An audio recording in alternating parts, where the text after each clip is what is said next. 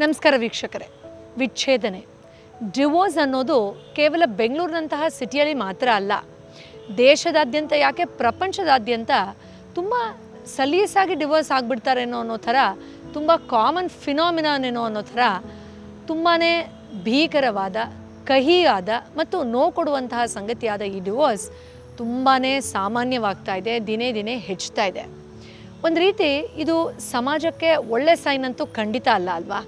So ಇವತ್ತಿನ ಎಪಿಸೋಡಲ್ಲಿ ಈ divorce ಯಾಕಾಗುತ್ತೆ, divorce ಆಗಬಾರ್ದು ಅನ್ನೋದಕ್ಕಿಂತ ನಮ್ಮ ಸಂಸಾರದಲ್ಲಿ ಆ ಒಂದು ಸತ್ವವನ್ನು, ಆ ಒಂದು ಪಾರ್ಟ್ನರ್ಶಿಪ್ಪಿನ ಸಾರವನ್ನು ಯಾವ ರೀತಿ ನಾವು ಮೇಂಟೈನ್ ಮಾಡಿಕೊಂಡ್ರೆ ಡಿವೋರ್ಸ್ ಆಗುತ್ತೋ ಇಲ್ವೋ ಸೆಕೆಂಡ್ರಿ, ಅಟ್ಲೀಸ್ಟ್ ಮನೆಯಲ್ಲೂ ಶಾಂತಿ ಹೆಚ್ಚಾದರೆ ಸಮಾಜಕ್ಕೆ ಇಂಡೈರೆಕ್ಟ್ಲಿ ಖಂಡಿತವಾಗಿ ಒಳ್ಳೆ ರೀತಿಯಲ್ಲಿ ಕಾಂಟ್ರಿಬ್ಯೂಟ್ ಮಾಡ್ಬೋದಲ್ಲ.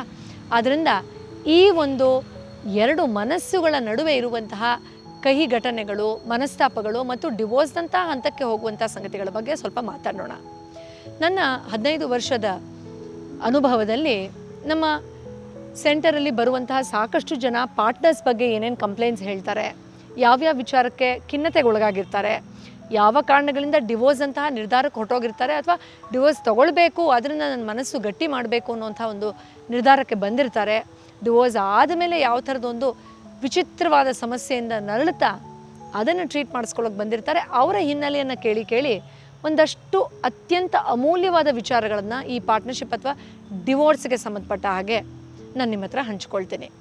ಮೊದಲನೇದಾಗಿ ನಾವು ಬೆಂಗಳೂರಂತಹ ಸಿಟಿಯಲ್ಲೇ ನೋಡೋದಾದರೆ, ಎಲ್ಲ ಕಡೆ ಇದೆ, ಬಟ್ ಪ್ರಮುಖವಾಗಿ ಹೆಚ್ಚು ಸಂಖ್ಯೆಯಲ್ಲಿರೋದ್ರಿಂದ ಇದನ್ನು ಒಂದು ರೀತಿ ಥ್ರೆಡ್ ಥರನೂ ಯೂಸ್ ಮಾಡ್ಕೊಂಡು ಬಿಡ್ತಾ ಇದ್ದಾರೆ ಅಲ್ವಾ? ಅಂದರೆ ಜಾಸ್ತಿ ಮಾತಾಡಿದ್ರೆ ನೋಡು ಡಿವೋರ್ಸ್ ಕೊಟ್ಬಿಡ್ತೀನಿ, ಕೇಸ್ ಹಾಕ್ಬಿಡ್ತೀನಿ, ಒಳಗಡೆ ಹಾಕಿಸ್ಬಿಡ್ತೀನಿ, ಹಾಗೆ ಮಾಡಿಬಿಡ್ತೀನಿ, ಹೀಗೆ ಮಾಡಿಬಿಡ್ತೀನಿ ಅಂತ ಥ್ರೆಟ್ ಮಾಡೋರೇ ಹೆಚ್ಚಾಗ್ತಾ ಇದ್ದಾರೆ. ಈ ಕ್ಯಾಟಗರಿ ಒಬ್ಬರಾದರೆ, ಇನ್ನೊಂದು ಕ್ಯಾಟಗರಿ ಜನ ಅಯ್ಯೋ ಇಷ್ಟೊಂದು ಹಿಂಸೆ ಕೊಡ್ತಾಯಿದ್ರು, ಇಷ್ಟು ಇಲ್ ಟ್ರೀಟ್ ಮಾಡ್ತಾಯಿದ್ರು, ಯಾಕೆ ಜೊತೇಲಿದ್ದೀರಾ, ನೀವು ಯಾಕೆ ಡಿವೋರ್ಸ್ ತೊಗೋಬಾರ್ದು, ಇದರಿಂದ ಮಕ್ಕಳ ಮನಸ್ಸಿಗೂ ಕೂಡ ಇಷ್ಟೊಂದು ಕೆಟ್ಟ ವಾತಾವರಣದಲ್ಲಿ ಕೆಟ್ಟದಾಗತ್ತೆ ಅಂದರೆ ಇಲ್ಲ ನಾವು ಬೇರೆ ಹೋಗೋಕ್ಕೆ ಸಾಧ್ಯನೇ ಇಲ್ಲ, ನಾನು ಟಾಲ್ರೇಟ್ ಮಾಡ್ತೀನಿ, ನಾನು ತಡ್ಕೊಳ್ತೀನಿ, ಇನ್ನು ಸ್ವಲ್ಪ ವರ್ಷ ಮ್ಯಾನೇಜ್ ಮಾಡಿಬಿಡ್ತೀನಿ ಅಂತ ಆ್ಯಕ್ಚುಲಿ ಡಿವೋರ್ಸ್ ಡಿಸರ್ವ್ ಮಾಡೋ ಥರದ ಪರಿಸ್ಥಿತಿ ಇದ್ದರೂ ಕೂಡ ಆ ಸಂಸಾರದಲ್ಲಿ ಟಾಲ್ರೇಟ್ ಮಾಡೋರು ಇನ್ನೊಂದು ಕಡೆ ಆಗಿರ್ತಾರೆ. ಇವರಿಬ್ಬರದು ಬಿಟ್ಬಿಡಿ, ಒಂಥರ ಡಿಫೈನ್ಡು, ಏನೇ ಮಾಡಿದ್ರು ಡಿವೋರ್ಸ್ ತೊಗೊಳ್ಳಲ್ಲ ಅನ್ನೋ ಒಬ್ಬರು, ಮಾತಿಗೂ ಡಿವೋರ್ಸ್ ಅಂತ ಥ್ರೆಟ್ ಮಾಡೋರು ಒಬ್ಬರು. ಆದರೆ ಇನ್ ಬಿಟ್ವೀನ್ ಒಂದು ಕ್ಯಾಟಗರಿ ಇದೆ, ಅದು ಆ ಕಡೆನೂ ಹೋಗೋಕ್ಕಾಗದೆ ಈ ಕಡೆನೂ ಹೋಗೋಕ್ಕಾಗದೆ ಪ್ರತಿನಿತ್ಯ ಒಬ್ಬರ ಮೇಲೊಬ್ಬರು ಬ್ಲೇಮ್ ಮಾಡ್ತಾ, ತುಂಬ ತುಚ್ಛವಾದ ರೀತಿಯಲ್ಲಿ ಒಬ್ಬರನ್ನೊಬ್ಬರು ಟ್ರೀಟ್ ಮಾಡ್ತಾ, ಭೀಕರವಾದ ಜಗಳಗಳನ್ನು ಮಾಡ್ತಾ, ಮಕ್ಕಳ ಮನಸ್ಸಿನ ಮೇಲೆ ಯಾವ ಥರ ಪ್ರಭಾವ ಬೀರುತ್ತೆ ಅನ್ನೋದನ್ನು ಪರಿಗಣಿಸದೆ ವಿಚಿತ್ರವಾಗಿ ಆಡ್ತಾ, ಎಲ್ಲರ ಮನಸ್ಸಿನಲ್ಲೂ ಬೇರೆ ಬೇರೆ ರೀತಿಯ ಕಾಯಿಲೆಗಳನ್ನು ಮೂಡಿಸುವಂಥ ಒಂದು ಸಂಗತಿ ಅಥವಾ ಪರಿಸ್ಥಿತಿ. ಸೊ ಈ ವಿಚಾರದಲ್ಲಿ ನೋಡೋದಾದರೆ ತುಂಬ ಸಾಮಾನ್ಯವಾಗಿ ನಾವು ಅರ್ಥ ಮಾಡ್ಕೊಳ್ಬೋದು. ಏನಪ್ಪ ಅಂದರೆ, ಇಬ್ಬರು ಮದುವೆ ಆಗ್ತೀನಿ ಅಂತ ಬಂದಾಗ ಇಬ್ಬರ ಮನಸ್ಸಿನಲ್ಲೂ ವಿಪರೀತವಾದ ಎಕ್ಸ್ಪೆಕ್ಟೇಷನ್ಸ್ ಇರುತ್ತೆ. ಅದನ್ನು ನಾವೆಲ್ಲರೂ ಒಪ್ಕೊಳ್ತೀವಿ. ಫಸ್ಟ್ ಆಫ್ ಆಲ್ ಮದುವೆ ಅಂದರೆ ಹೀಗೆ ಹಾಗೆ, ಸೆಟ್ಲಾಗ್ಬಿಡ್ತೀನಿ, ಆ ಥರ ಈ ಥರ ಅಂತ. ಬಟ್ ಇನಿಷಿಯಲಿ ಮದುವೆ ಮಾತುಕತೆಗೆ ಬಂದಾಗ ಅಥವಾ ಪ್ರೀತಿಸ್ತಾ ಇದ್ದಾಗ ಯಾವ ಥರದ್ದು ಒಂದು ಪರ್ಸ್ನಾಲಿಟಿಯನ್ನು ಪ್ರೊಜೆಕ್ಟ್ ಮಾಡ್ತಾ ಇರ್ತಾರೋ ಅಥವಾ ಮಾಡ್ತಾ ಇರ್ತೀವೋ, ಕ್ರಮೇಣವಾಗಿ 2 ವರ್ಷ 3 ವರ್ಷ ಆದಮೇಲೆ ಮಳೆಗೆ ಬಣ್ಣ ಹೊಡೆದಿದ್ರೆ ಬಣ್ಣ ಹೋಗ್ಬಿಡೋ ಥರ ಅವರ ರಿಯಲ್ ಸೆಲ್ಫ್, ಒರಿಜಿನಲ್ ಪರ್ಸ್ನಾಲಿಟಿ ಆಚೆ ಬರುತ್ತೆ. ಆಗ ಒಬ್ಬರಿಂದ ಒಬ್ಬರು ಇಂಟಾಲರೆನ್ಸನ್ನು ಎಕ್ಸ್ಪೀರಿಯೆನ್ಸ್ ಮಾಡ್ತಾ ಇರ್ತಾರೆ. ನಾನು ಹೀಗೆ ಅಂತ ಗೊತ್ತಿರಲಿಲ್ಲ, ನೀನು ಹೀಗೆ ಅಂತ ಗೊತ್ತಿರಲಿಲ್ಲ, ನಿನ್ನಿಂದ ಈ ಥರ ಅಂತ ಎಕ್ಸ್ಪೆಕ್ಟ್ ಮಾಡಿರಲಿಲ್ಲ, ನೀನು ಈ ಥರ ಮಾಡಿಬಿಡ್ತೀಯಾ ಅಂತ ನಾನು ಅಂದ್ಕೊಂಡೇ ಇರಲಿಲ್ಲ. ಈ ಥರದ್ದೆಲ್ಲ ಆ ಎಕ್ಸ್ಪೆಕ್ಟೇಷನ್ ಕಮ್ಮಿ ಆಗ್ತಾ ಇದ್ದ ಹಾಗೆ, ರಿಯಾಲಿಟಿ ಅನ್ಫೋಲ್ಡ್ ಆಗ್ತಾ ಇದ್ದ ಹಾಗೆ ನೋವು, ಆಘಾತ, ಬೇಸರ, ಬೇಜಾರು ದಿನೇ ದಿನೇ ಹೆಚ್ಚಾಗ್ತಾನೆ ಹೋಗುತ್ತೆ. ಇಲ್ಲಿ ಎಕ್ಸ್ಪೆಕ್ಟೇಷನ್ ಅತಿಯಾಗಿ ಇರೋದು ಒಂದು ಕಡೆ ಆದರೆ, ಈಗ ನಾನು ಹೇಳೋ ಪಾಯಿಂಟ್ ತುಂಬ ಮುಖ್ಯ. ಯಾಕೆ ಅಂತಂದರೆ, ನಾವಿಲ್ಲಿ ನಮ್ಮೊಳಗಡೆನೇ ಏನೋ ಒಂದು ಡಿಸ್ಕಂಟೆಂಟ್ಮೆಂಟ್ ಅಂದರೆ ಕೊರಗು, ನ್ಯೂನ್ಯತೆ ಇರೋದನ್ನು ಎಷ್ಟೋ ಕೇಸಸ್ಗಳಲ್ಲಿ ಎದುರುಗಡೆ ಇರೋರ ಮೇಲೆ ಹಾಕ್ತಾ ಇರ್ತೀವಿ. ಅಂದರೆ ನನ್ನ ಮನಸ್ಸಿನಲ್ಲೇ ಆ ಸೌಂದರ್ಯ ನೋಡುವಂಥ ಒಂದು ಮೆಚ್ಯೂರಿಟಿ ಇಲ್ಲ ಅಂದರೆ ನೀನು ನೋಡೋಕ್ಕೆ ಚೆನ್ನಾಗಿಲ್ಲ ಅಂತ ಹೇಳ್ಬಿಡೋದು. ನನ್ನ ಮನಸ್ಸಿನಲ್ಲೇ ಆ ಶಾಂತಿ ಇಲ್ಲ ಅಂದರೆ ಅದು ಮಾಡಿದ್ರೂ ತಪ್ಪು, ಇದು ಮಾಡಿದ್ರೂ ತಪ್ಪು, ಇಲ್ಲಿ ಕೂತ್ರೂ ತಪ್ಪು, ಅಲ್ಲಿ ಕೂತ್ರೂ ತಪ್ಪು ಅಂತ ಹೇಳೋದು. ನನ್ನ ಒಳಗಡೆನೇ ಪ್ರೀತಿಯ ಕೊರತೆ ಇದ್ದರೆ ಪ್ರೀತಿನ ಕೊಡೋಕ್ಕೆ ಆಗದೆ ಇರೋದು, ಅಥವಾ ನೀನು ನಮ್ಮವ್ರನ್ನ ಪ್ರೀತಿಯಿಂದ ನೋಡ್ಕೊಳ್ತಾ ಇಲ್ಲ ಅಂತ ಮಾತಿಗೂ ಬ್ಲೇಮ್ ಮಾಡುವಂಥದ್ದು. ಈ ಥರ ತನ್ನ ಒಳಗಡೆ ಏನು ನ್ಯೂನ್ಯತೆ ಇದೆಯೋ, ಭಯ ಬೇಜಾರಿದೆಯೋ, ಕೊರತೆ ಇದೆಯೋ, ಕೊರಗಿದೆಯೋ, ಅದನ್ನು ಎದುರುಗಡೆ ಆ ಸಂಗಾತಿಯ ಮೇಲೆ ನಿನ್ನಲ್ಲೇ ಅದಿಲ್ಲ, ನೀನೇ ಸರಿ ಇಲ್ಲ, ನಿನ್ನಿಂದಾನೇ ಅನ್ನೋ ಥರದ್ದು ಒಂದು ಬ್ಲೇಮ್ ಪ್ರೊಜೆಕ್ಟ್ ಆಗುತ್ತೆ. ಇದಕ್ಕೆ ಒಂದು ರೀತಿ ನಾರ್ಸಿಸಿಸ್ಟ್ ಬಿಹೇವಿಯರ್ ಅಂತ ಹೇಳಿದ್ರೆ ತಪ್ಪಾಗೋದಿಲ್ಲ. ಸೊ ಮೊದಲನೇ ಹಂತದಲ್ಲಿ ವಿಪರೀತ ಎಕ್ಸ್ಪೆಕ್ಟೇಷನ್, ಎರಡನೇ ಹಂತದಲ್ಲಿ ನನ್ನಲ್ಲಿರೋ ನ್ಯೂನತೆಗಳನ್ನು ಎದುರುಗಡೆಯವರಿಂದನೇ ಕಾರಣ, ಇವರಿಂದನೇ ಹಾಗಾಗೋದು, ನೀನೇ ಕಾರಣ, ನಿನ್ನಿಂದನೇ ಆಯಿತು, ನಿನ್ನಿಂದನೇ ಎಲ್ಲ ಅನ್ನೋ ಥರದ್ದೊಂದು ತನ್ನೊಳಗಿರೋ ನ್ಯೂನತೆನ ಬೇರೆಯವ್ರ ಮೇಲೆ ಬಿಸಾಕಿ ಅಥವಾ ತನ್ನ ಪಾರ್ಟ್ನರ್ ಮೇಲೆ ಹಾಕುವಂಥದ್ದು ಒಂದು. ಆದರೆ ಮೂರನೇದು ಇಲ್ಲಿ ಒಂದು ಇಮೋಷ್ನಲ್ ಇಂಟಿಮಸಿ, ಭಾವನಾತ್ಮಕವಾಗಿ ಪರಸ್ಪರ ಹೊಂದಾಣಿಕೆ ಇಲ್ಲ ಅಂತಾದರೆ ನಾನು ನೋಡಿರುವ ಬಹುಪಾಲು ಕೇಸಸಲ್ಲಿ ಅವರಿಬ್ಬರು ಡಿವೋರ್ಸ್ ಆಗ್ತಾರೋ ಬಿಡ್ತಾರೋ ಸೆಕೆಂಡ್ರಿ, ನೆಮ್ಮದಿಯಾಗಂತೂ ಇರೋಕ್ಕಾಗಲ್ಲ, ಮ್ಯಾರೇಜ್ಗೆ ಮೀನಿಂಗ್ ಅಂತೂ ಕೊಡೋಕ್ಕೆ ಸಾಧ್ಯನೇ ಇಲ್ಲ. ಇನ್ನೊಬ್ರು ಮನುಷ್ಯರೇ, ಅವರಲ್ಲೂ ನ್ಯೂನತೆ ಇರುತ್ತೆ, ಅವರೂ ಕಲಿತಾ ಇದ್ದಾರೆ, ಅವರೂ ಎವಾಲ್ವ್ ಆಗ್ತಾ ಇದ್ದಾರೆ, ಅವ್ರಿಗೂ ರೆಸ್ಪೆಕ್ಟ್ ಕೊಡಬೇಕು, ಅವ್ರಿಗೂ ಅವ್ರದ್ದೇ ಆದ ಫ್ರೀಡಮ್ ಕೊಡಬೇಕು, ಅವ್ರನ್ನೂ ಅರ್ಥ ಮಾಡ್ಕೊಳ್ಳೋ ಪ್ರಯತ್ನವನ್ನು ನಾನು ಫಸ್ಟ್ ಮಾಡಬೇಕು. ನಾನು ಗಂಡ ಆಗಿದ ತಕ್ಷಣ ಅಥವಾ ನಾನು ನಮ್ಮ ಅಪ್ಪ ಅಮ್ಮನಿಗೆ ಒಬ್ಬಳೇ ಮಗಳಾಗಿದ್ದ ತಕ್ಷಣ ನಾನು ಎಲ್ಲ ಹಿಟ್ಲರ್ ರೂಲ್ಗಳನ್ನು ಮಾಡೋಕ್ಕಾಗೋಲ್ಲ. ಈ ಥರದ್ದೊಂದು ಸೆನ್ಸಿಟಿವ್ ಮೆಚ್ಯೂರ್ಡ್ ಮೈಂಡ್ಸೆಟ್ನ ಡೆವಲಪ್ ಮಾಡ್ಕೊಳ್ದೇ ಇದ್ದರೆ ಖಂಡಿತವಾಗಿಯೂ ಆ ಈಗೋ ಅನ್ನೋ ಒಂದು ಆಸ್ಪೆಕ್ಟ್, ನಾನು ಹೇಳ್ದಾಗೆ ಕೇಳಬೇಕು, ನೀನು ಹೇಗೆ ನನ್ನ ಬಿಟ್ಟು ಬೇರೆದೇನೋ ಮಾಡ್ತೀಯಾ, ನನ್ನ ಕಂಟ್ರೋಲಲ್ಲಿ ನೀನು ಯಾಕಿಲ್ಲ. ನಾನು ಕಳೆದ ಹಲವಾರು ಸಂಚಿಕೆಗಳಲ್ಲಿ ಹೇಳಿದ್ದೀನಿ, ನಮಗೆ ಬಾಲ್ಯದಲ್ಲಿ ಆಗೋ ಕೆಲವು ಟ್ರಾಮಾ ನಾವು ಯಾವಾಗಲೂ ಕಂಟ್ರೋಲ್ ಮಾಡ್ತಾ ಇರುವಂಥ ಅನುಭವ ಇದ್ದು ನಮಗಲ್ಲಿ ಎಕ್ಸ್ಪ್ರೆಸ್ ಮಾಡೋಕ್ಕಾಗಲಿಲ್ಲ. We couldn't fight for our rights. ಅಂದರೆ ನಾವು ಮದುವೆ ಆದಮೇಲೆ ಆ ವ್ಯಕ್ತಿ ತುಂಬ ನಮ್ಮ ಕಂಟ್ರೋಲಲ್ಲಿ ಇರಬೇಕು ಅನ್ನೋ ಥರದ್ದು ಆ ಒಂದು ದ್ವೇಷವನ್ನು ಇಲ್ಲಿ ವಾಮಿಟ್ ಮಾಡ್ತಾ ಇರ್ತಾರೆ, ಗೊತ್ತೇ ಆಗೋದಿಲ್ಲ. ಸೊ ಇಮೋಷ್ನಲ್ ಇಂಟಿಮೆಸಿ ಅಥವಾ ಮೆಚ್ಯೂರಿಟಿ ಅನ್ನೋದು ಪ್ರತಿಯೊಬ್ಬರು ಅಳವಡಿಸ್ಕೊಳ್ಳೇಬೇಕಾಗಿರುವಂತಹ ಒಂದು ವಿಷಯ. ಇಲ್ಲಿ ತುಂಬ ದೊಡ್ಡ ಪರ್ಸೆಂಟೇಜಲ್ಲಿ ನಾವು ಡಿವೋರ್ಸ್ ರೇಟ್ಸನ್ನು ಹೇಗೆ ಕಮ್ಮಿ ಮಾಡ್ಬೋದಪ್ಪ, ಮನಸ್ತಾಪಗಳನ್ನು ಹೇಗೆ ಕ್ಯೂರ್ ಮಾಡ್ಬೋದಪ್ಪ ಅಂದರೆ ಏನೇನೋ ಬೇರೆ ಬೇರೆ ಹೇಳ್ತಾರೆ. ಫಸ್ಟು ಅದು ಮ್ಯಾಚ್ ಆಗಬೇಕು, ಮೊದಲೇ ತಿಳ್ಕೊಳ್ಬೇಕು, ಅವರು ಒಪ್ಕೊಳ್ಬೇಕು, ಅಂಡರ್ಸ್ಟ್ಯಾಂಡಿಂಗ್, ಅದು ಇದು ಎಲ್ಲ. ಬಟ್ ಆ್ಯಸ್ ಅ ಥೆರಪಿಸ್ಟ್ ನನ್ನ ಅನಿಸಿಕೆಯಲ್ಲಿ ನಿಮ್ಮ ಭಾವನಾತ್ಮಕ ಕಸ, ಗಲೀಜು, ಅನಾರೋಗ್ಯವನ್ನು ನೀವು ಕ್ಲೀನ್ ಮಾಡ್ಕೊಳ್ಳೋದ್ರ ಕಡೆ ಪ್ರಯತ್ನ ಪಡಲಿಲ್ಲ ಅಂದರೆ ಖಚಿತವಾಗಿ ಅದು ಮನೆಯಲ್ಲೇ ಹರಡುತ್ತೆ. ಆ್ಯಂಡ್ ತುಂಬ ಜನ ಹೇಳ್ತಾರೆ, ಆಫೀಸಲ್ಲಿ ನನ್ನ ಗಂಡ ಅಂದರೆ ಎಲ್ಲ ಸಲ್ಯೂಟ್ ಹೊಡಿತಾರೆ, ನಿಂತ್ಕೋತಾರೆ, ಕೈ ಮುಗಿತಾರೆ, ಎಲ್ಲರ ಜೊತೆ ತುಂಬ ಜೋವಿಯಲ್ ಆಗಿರ್ತಾರೆ, ಅಯ್ಯೋ ಎಷ್ಟು ಕಾಮಿಡಿ ಮಾಡ್ತಾರೆ, ಅವ್ರನ್ನ ಅಂಡರ್ಸ್ಟ್ಯಾಂಡ್ ಮಾಡ್ಕೊಳ್ತಾರೆ, ಅವ್ರು ಫೋನ್ ಮಾಡಿ ವಿಚಾರಿಸ್ತಾರೆ. ಬಟ್ 4 ಗೋಡೆಯಲ್ಲಿ ಅವ್ರು ಯಾಕೋ ವಿಲನ್ ಥರ ಆಡ್ತಾರೆ ಅಂತ ನಾನು ಯಾವಾಗಲೂ ಹೇಳ್ತಾ ಇರ್ತೀನಿ ನನ್ನ ಥೆರಪಿ ಕ್ಲೈಂಟ್ಸ್ಗೆ. ಹೌದಲ್ವಾ? ಆಬ್ವಿಯಸ್ಲಿ. ಯಾಕಂದರೆ ನಮ್ಮ ಮನೆಯ 4 ಗೋಡೆ ಒಳಗಡೆ ನಾವು ನಮ್ಮ ರಿಯಲ್ ಸೆಲ್ಫ್ ಆಗಿರೋಕ್ಕೆ ಸಾಧ್ಯ. ನಾವು ಪ್ರಾಮಾಣಿಕವಾಗಿ ನನ್ನ ವ್ಯಕ್ತಿತ್ವ ಏನು ಅಂತ ತೋರಿಸ್ಕೊಳ್ಳೋಕೆ ಸಾಧ್ಯ. ಸೊ ಹೊರಗಡೆ ನಿಮಗೆ 10 ಜನ ಚಪ್ಪಳೆ ಹೊಡೆದು ಎದ್ದು ನಿಂತ್ಕೊಂಡು ಸಲ್ಯೂಟ್ ಹೊಡಿಲಿ, ಓಕೆ. ಆದರೆ ನೀವು ವಾಸ್ತವದಲ್ಲಿ ಯಾರು ಅನ್ನೋದು ನಿಮ್ಮ ಮನೆಯಲ್ಲಿ ಗೊತ್ತಾಗುತ್ತೆ. ಯಾಕಂದರೆ ಹೌದು, ನೀವು ವೃತ್ತಿಯಲ್ಲಿ ದೊಡ್ಡ ಸಾಧನೆ ಮಾಡಿರಬಹುದು, ಬಟ್ ಮುಖವಾಡ ಹಾಕ್ಕೊಂಡು ನನ್ನ ಪರ್ಸನಾಲಿಟಿ ಹೀಗೆ ಅಂತ ಅಂದ್ಕೊಳ್ತಾ ಇರಬಹುದು. ಬಟ್ ಯಾರು ನಿಮ್ಮ ಜೊತೆಲಿ 3 ವರ್ಷದಿಂದ 30 ವರ್ಷದವರೆಗೂ ಇರ್ತಾರೋ ಅವರಿಗೆ ಆ್ಯಕ್ಚುಲಿ ನಿಮ್ಮಲ್ಲಿ ಎಷ್ಟು ಈಗೋ ಇದೆ, ಯಾವ್ಯಾವ ಕೆಟ್ಟ ಅಭ್ಯಾಸ ಇದೆ, ಯಾವ್ಯಾವ ಥರದ ಮಾತುಗಳನ್ನು ಆಡ್ತೀರಾ, ಯಾವ ಥರನ ಒಂದು ಬೇರೆಯವ್ರನ್ನ ನೋಡ್ತೀರಾ, ಯಾವ ಥರದ ನಾಟಕೀಯತೆ ನಿಮ್ಮಲ್ಲಿದೆ ಎಲ್ಲ ಗೊತ್ತಾಗಿರುತ್ತೆ. ಆದ್ದರಿಂದ ನಾವೆಲ್ಲರೂ ನಮ್ಮ ಮನೆಯ ಗೋಡೆ ಒಳಗಡೆ ಇರುವ ನನ್ನ ವ್ಯಕ್ತಿತ್ವವೇ ನಿಜವಾದ ವ್ಯಕ್ತಿತ್ವ ಅಂತ ಅಂದ್ಕೊಂಡು ಆಮೇಲೆ ಹೊರಗಡೆ ಅದನ್ನು ನಾವು ನಮ್ಮ ಪರ್ಸನಾಲಿಟಿನ ಮ್ಯಾಚ್ ಮಾಡಿಕೊಂಡ್ರೆ ಬೆಟರ್ ಅನಿಸುತ್ತೆ. ಸೊ ಒಂದು ಸಿಂಪಲ್ ಸೂತ್ರ ಅಂದರೆ ನಮ್ಮ ಇಮೋಷ್ನಲ್ ಡ್ಯಾಮೇಜಸ್ಸು, ಗಲೀಜು, ಅಸಹ್ಯವನ್ನು ಎಳೆಯಾಗಿ ನಾವೇ ನಮ್ಮ ಮುಂದೆ ಬಿಚ್ಚಿಟ್ಟು ಪ್ರಾಮಾಣಿಕವಾಗಿ ಟ್ರೀಟ್ ಮಾಡ್ಕೊಳ್ಬೇಕಾಗಿರೋದು. ಅದಕ್ಕೆ ಸಂಬಂಧಪಟ್ಟಾಗೆ ಒಂದು 5-6 ಮುಖ್ಯವಾದ ಕ್ವಿಕ್ ಪಾಯಿಂಟ್ಸ್ ಹೇಳ್ಬಿಡ್ತೀನಿ.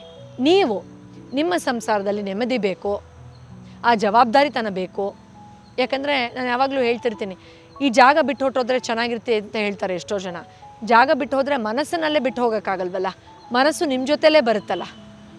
ಅದರಿಂದ ನೀವು ಒಂದು ರಿಲೇಷನ್ಶಿಪ್ಪಿಂದ ಬಿಟ್ಟು ಹೊಟ್ಟೋದ್ರೆ ನಿಮ್ಮ ಮೈಂಡು ನಿಮ್ಮ ಜೊತೆಲೇ ಬರುತ್ತೆ ರೀ, ಅದನ್ನು ನೀವು ಮರಿಬಾರ್ದು. ಆದ್ದರಿಂದ ಈ ಪಾಯಿಂಟ್ಸನ್ನು ನೀವು ಒಂದು ಓನರ್ಶಿಪ್ ಥರ ತೊಗೊಂಡು ಆಮೇಲೆ ಎದುರುಗಡೆಯವ್ರ ನ್ಯೂನತೆಯನ್ನು ಎಣಿಸಿ. First see whether you are balanced, whether you are in harmony. ಇದು ಹೆಣ್ಣು ಗಂಡು ಇಬ್ಬರಿಗೂ ಹೇಳ್ತಾ ಇದ್ದೀನಿ. ನೀವು ನಿಮ್ಮ ವಿಚಾರಗಳನ್ನು ಸರಿಪಡಿಸ್ಕೊಳ್ಳೋದ್ರ ಮೇಲೆ ಫಸ್ಟ್ ವರ್ಕ್ ಮಾಡಿ, ಅಟ್ಲೀಸ್ಟ್ ಒಂದು 40-50%. ಆಮೇಲೆ ಎದುರುಗಡೆ ಇರೋರ್ದು ಹೇಗೆ ಏನು ಅಂತ ಆಮೇಲೆ ಬೇಕಾದ್ರೆ ಅವ್ರು ಬ್ಲೇಮ್ ಮಾಡೋದು, ಊರವ್ರನ್ನೆಲ್ಲ ಕರೆಸಿ ಇವ್ರು ಸರಿ ಇಲ್ಲ ಅಂತ ಹೇಳೋದು, ಅದನ್ನೆಲ್ಲ ಆಮೇಲೆ ಮಾಡಬಹುದು.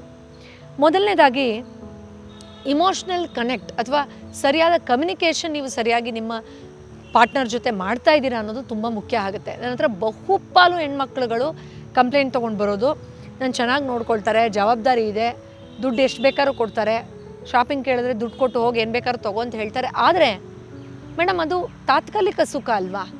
ಗಂಡ ಆದವರು ಪಕ್ಕದಲ್ಲಿ ಬಂದು ಅಟ್ಲೀಸ್ಟ್ ಕೈ ಹಿಡ್ಕೊಂಡು ಏನಾಯಿತು, ಏನಕ್ಕೆ ಒಂದು ವಾರದಿಂದ ಬೇಜಾರಲ್ಲಿ ಇದೆಯಲ್ಲ, ಏನಾದರೂ ಬೇರೆ ಮನಸ್ಸಿನಲ್ಲಿ ವಿಚಾರಗಳಿದೆಯಾ, ನಾನು ನಿನ್ನ ಜೊತೆಲಿದ್ದೀನಿ, ಅದಕ್ಕೆಲ್ಲ ತಲೆ ಕೆಡಿಸ್ಕೊಬೇಡ ಬಿಡು, ಈ ಥರ ಅವ್ರು ಹೆಗಲ ಮೇಲೆ ಕೈ ಹಾಕಿ ಕೈ ಹಿಡ್ಕೊಂಡು ಮಾತೇ ಆಡಲ್ಲ.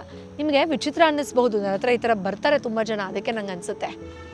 ಯಾಕೆಂದರೆ ಎಷ್ಟೋ ಜನ ತನ್ನ ಹೆಂಡತಿಯ ಮುಖವನ್ನು ಎಲ್ಲಿ ವಯಸ್ಸಾಗ್ತಾ ಆಗ್ತಾ ಎಲ್ಲಿ ವ್ರಿಂಕಲ್ಸ್ ಬರ್ತಾ ಇದೆ, ಎಷ್ಟು ನರೆಕೂಲ್ ಬರ್ತಾ ಇದೆ ಅನ್ನೋ ಲೆವೆಲ್ಗೂ, ಪಿಂಪಲ್ ಎಲ್ಲಿ ಬಂದಿದೆ ಅನ್ನೋ ಲೆವೆಲ್ಗೂ ಮುಖ ನೋಡಿರೋದಿಲ್ಲ. ಅಷ್ಟು ಹೀನಾಯವಾದ ಸಂಬಂಧವನ್ನು we are very ideal partners ಅನ್ನೋ ರೀತಿಯಲ್ಲಿ ತೋರಿಸ್ಕೊಂಡು ಇರ್ತಾರೆ. Very unfortunate. ಸೊ ದಯವಿಟ್ಟು ಮಿಸ್ಅಂಡರ್ಸ್ಟ್ಯಾಂಡಿಂಗ್ಸ್ ಏನೇ ಇರಲಿ, ಒಬ್ರಿಗೊಬ್ರು ನಾನಿದ್ದೀನಿ, I am there for you, what makes you happy ಇರಲಿ, ಪರವಾಗಿಲ್ಲ, ದಿಸ್ ವಿಲ್ ಆಲ್ಸೋ ಪಾಸ್, ನಂಗೆ ಗೊತ್ತಿದೆ ನಿನಗೆ ಪೀರಿಯಡ್ಸ್ ಇದೆ ಅದಕ್ಕೆ ನೀನು ಸ್ವಲ್ಪ ಜಾಸ್ತಿ ಇರಿಟೇಟ್ ಆಗ್ತಾ ಇದೆಯಾ, ಈ ಥರ ಏನು ಬೇಕಾದ್ರೂ ಆಗಿರಬಹುದು. ಸಣ್ಣ ಪುಟ್ಟದು ನಾನು ಎಕ್ಸಾಂಪಲ್ಸ್ ಕೊಡ್ತಾ ಇದ್ದೀನಿ ಅಷ್ಟೇ.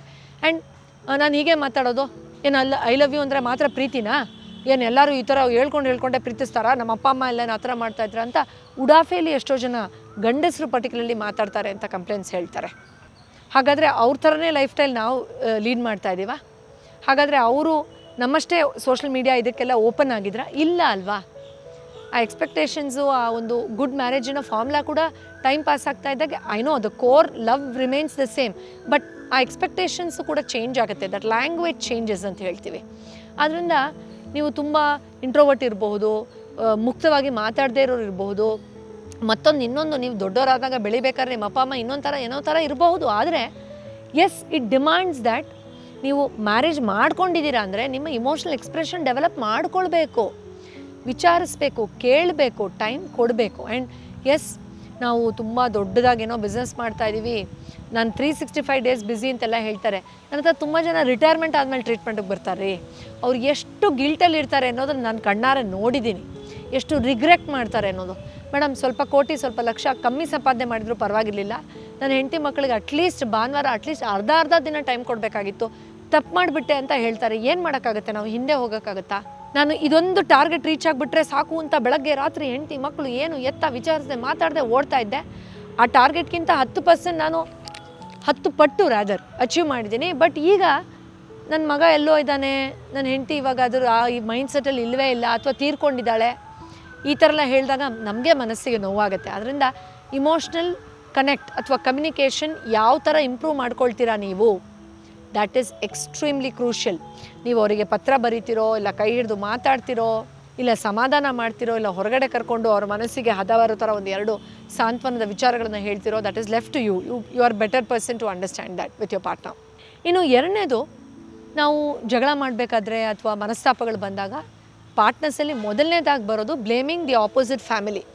ನಿಮ್ಮಮ್ಮ ಬಗ್ಗೆ ಗೊತ್ತಿಲ್ವಾ, ನಿಮ್ಮಪ್ಪ ಏನು ದೊಡ್ಡ ಹೀರೋನಾ, ನಿಮ್ಮ ಫ್ಯಾಮಿಲಿ ಎಲ್ಲ ಎಷ್ಟು ಲೋ ಕ್ಲಾಸು, ಈ ಥರ ಅದೇನೋ ಗೊತ್ತಿಲ್ಲ ಪರಸ್ಪರ ಯುದ್ಧಕ್ಕೆ ನಿಂತ್ಕೊಂಡ್ಬಿಡ್ತಾರೆ.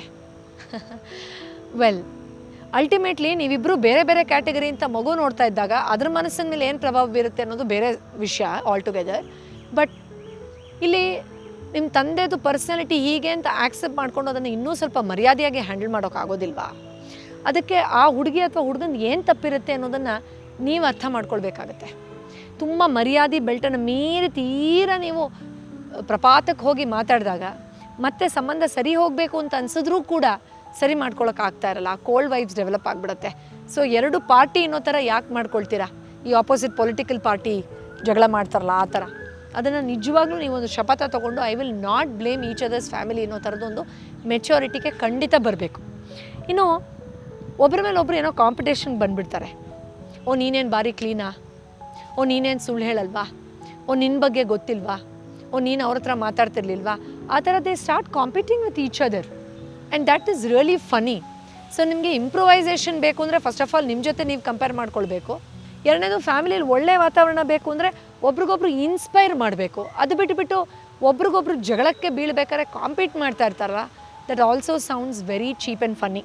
ನೀವೇ ಯೋಚನೆ ಮಾಡಿ, ನಿಮಗೆ ಗೊತ್ತಾಗುತ್ತೆ. ಸೊ ಈ ಸೂತ್ರಗಳನ್ನು ಅಳವಡಿಸ್ಕೊಳ್ಳಿ, ಇದೆಲ್ಲ ಬಿಡ್ತೀನಿ ಅಂತ. ಬಿಕಾಸ್ ನಾನು ಏನು ಮಾಡಿಬಿಡ್ತೀನಿ ಮ್ಯಾರೇಜ್ಗೆ ಅನ್ನೋದಕ್ಕೋಸ್ಕರ, ಯಾಕಂದರೆ ಏನು ಮಾಡ್ತೀನಿ ಅಂತ ಶುದ್ಧ ಪಟ್ಟಿ ಕೊಡ್ತಾರೆ. ಇವಳಿಗೋಸ್ಕರ ಒಡವೆ ಕೊಡಿಸಿಲ್ವಾ ಮೇಡಮ್, ಬಟ್ಟೆ ಕೊಡಿಸಿಲ್ವಾ, ಮನೆ ಮಾಡಿಲ್ವಾ, ಇವಳ ಹೆಸರಲ್ಲೇ ಪ್ರಾಪರ್ಟಿ ಮಾಡಿಲ್ವಾ. ಬಟ್ ಅದನ್ನು ಕೇಳುತ್ತಾ ಕಾಯಿಲೆ ಬಂದಾಗ ಅಂತ ನೀವು ಯೋಚನೆ ಮಾಡಬೇಕು. ಕಾಯಿಲೆ ಅಸಮಾಧಾನ ಅಥವಾ ಡಿವೋರ್ಸ್ಗೆ ಹೋಗೋ ಲೆವೆಲ್ಗೆ ಬಂದಾಗ ಅದನ್ನೆಲ್ಲ ಕೇಳ್ತಾ ಇರೋದು ಪಾರ್ಟ್ನರು. ಈ ಸಟಲ್ ವಿಚಾರಗಳನ್ನು, ಈ ಸೂಕ್ಷ್ಮ ವಿಚಾರಗಳನ್ನು ಅನ್ನೋದನ್ನು ನೀವು ಮರಿಬಾರ್ದು. ಇನ್ನು ಎಲ್ಲರೂ ತಪ್ಪು ಮಾಡ್ತಾರೆ. ಕೆಲವರು ಎಕ್ಸ್ಟ್ರಾ ಮ್ಯಾರಿಟಲ್ ಅಫೇರ್ ಇರುತ್ತೆ, ಕೆಲವರು ಅವ್ರ ದುಡ್ಡನ್ನೇನೋ ವೇಸ್ಟ್ ಮಾಡಿಬಿಟ್ಟಿರ್ತಾರೆ, ಇನ್ನು ಕೆಲವರು ಮದುವೆ ಟೈಮಲ್ಲಿ ಏನೋ ಗಲಾಟೆ ಮಾಡಿರ್ತಾರೆ. ಎಸ್, ಬಟ್ ತುಂಬ ಹಳೆದು 20 ವರ್ಷದ್ದು 15 ವರ್ಷದನ್ನು ಎತ್ತಿ ಮತ್ತೆ ಅದನ್ನು ಹೇಳ್ತಾ ಇದ್ದಾಗ ಎದುರುಗಡೆ ಇರೋರಿಗೆ ತಪ್ಪು ಮಾಡಿದ್ದೀನಿ ಅನ್ನೋ ರಿಯಲೈಸೇಷನ್ ಬರಲ್ಲ, ನಿಮ್ಮ ಮೇಲೆ ದ್ವೇಷ ಜಾಸ್ತಿ ಬರೋಕ್ಕೆ ಶುರು ಆಗೋಗುತ್ತೆ.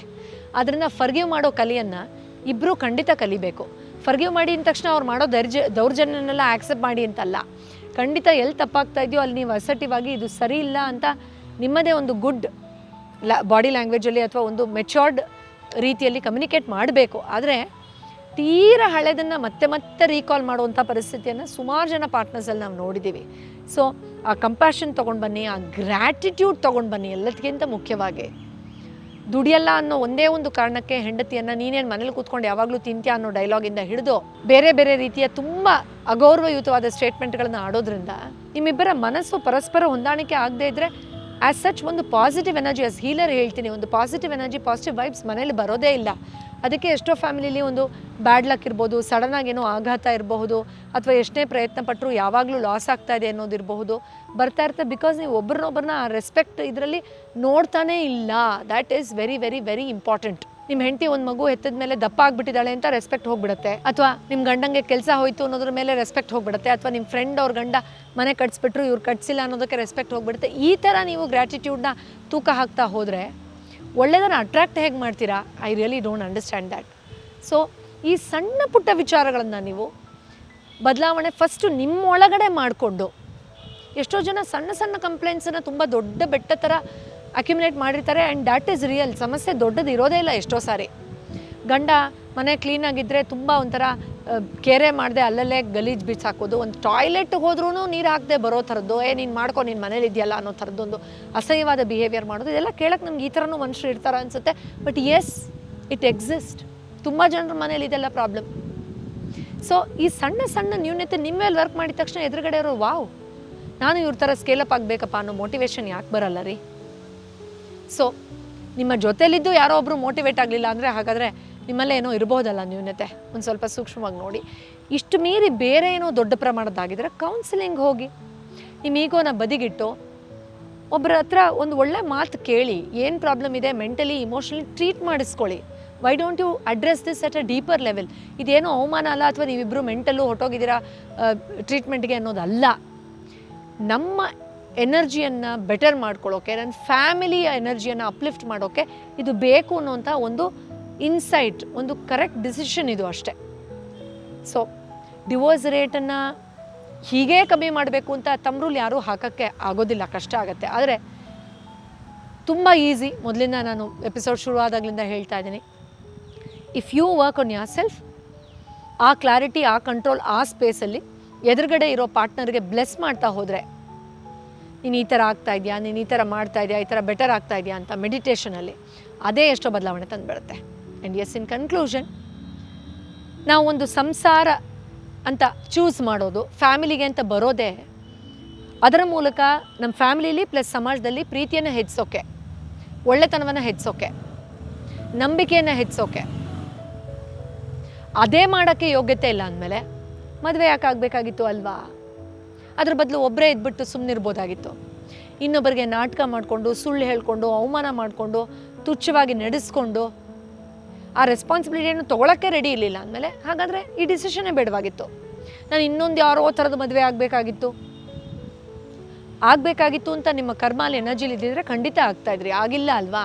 ಫಸ್ಟ್ ಇದನ್ನು ರೆಸ್ಪೆಕ್ಟ್ ಮಾಡಿ, ಆಗ ಇರೋದ್ರಲ್ಲೇ ಬೆಟರ್ಮೆಂಟನ್ನು ಖಚಿತವಾಗಿ ನೀವು ನೋಡಬಹುದು. ಮುಂದಿನ ಜನ್ಮದ ಬೇರೆ ಕತೆ. ರೈಟ್. ಈ ಮಾಹಿತಿ ನಿಮಗೆ ಇಷ್ಟ ಆಗಿದರೆ ನಿಮ್ಮ ಆಪ್ತರಲ್ಲೂ ಹಂಚ್ಕೊಳ್ಳಿ. ಯಾಕೆಂದರೆ ನಾವು ಕಾಮನ್ನಾಗಿ ಹೇಳ್ತೀವಲ್ಲ, ಎಲ್ಲರ ಮನೇಲೂ ದೋಸೆ ತೂತೆ, ಎಲ್ಲರ ಮನೇಲೂ ಏನಾದರೂ ಒಂದು ಜಗಳ ಇರುತ್ತೆ. ಬಟ್ ಎಲ್ಲರೂ ನಾವು ನಮ್ಮೇಲೆ ನಾವು ಫಸ್ಟ್ ವರ್ಕ್ ಮಾಡೋಣಪ್ಪ, and then we will see what can be done ಅಂತ ಯೋಚನೆ ಮಾಡಿದಾಗ ಎಷ್ಟು ಬೆಟರ್ಮೆಂಟ್ ಆಗುತ್ತಲ್ವ? ಮುಂದಿನ ಬಾರಿ ಇನ್ನೊಂದು ಔಷಧ ರಹಿತ ಚಿಕಿತ್ಸೆಯ ಸಲಹೆ ಜೊತೆ ಮತ್ತೆ ಭೇಟಿ ಆಗ್ತೀನಿ. ಎಲ್ರಿಗೂ ಒಳ್ಳೆಯದಾಗಲಿ. ನಮಸ್ಕಾರ.